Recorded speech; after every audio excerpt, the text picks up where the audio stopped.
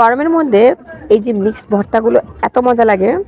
কাঁচা আম, কাঁচা কলা, আনারস, পেয়ারা, কাঁঠালের মুচি, এটাও খুব স্বাদ হয়।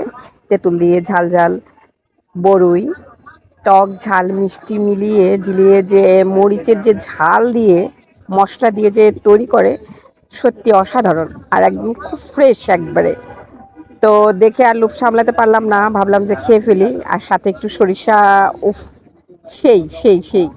তো বন্ধুরা, আমার মতো এরকম ভর্তা প্রেমী কে কে আছো অবশ্যই কমেন্টসে লিখে যাও। আর চলো, এই গরমে এই ভর্তা আসলে অসাধারণ, তৃপ্তি সহ খেয়ে ফেলি। চলে আসো, সবাইকে দাওয়াত রইলো। কেউ যদি চাও আমার সাথেও ভর্তা খেতে, চলে আসো, আর নয়তো নিজেরাই বানিয়ে বানিয়ে খাও। আর পরিবেশটা দেখো, শুভ দুপুরের অসাধারণ মুহূর্তে আর অসাধারণ টেস্টি ভর্তা।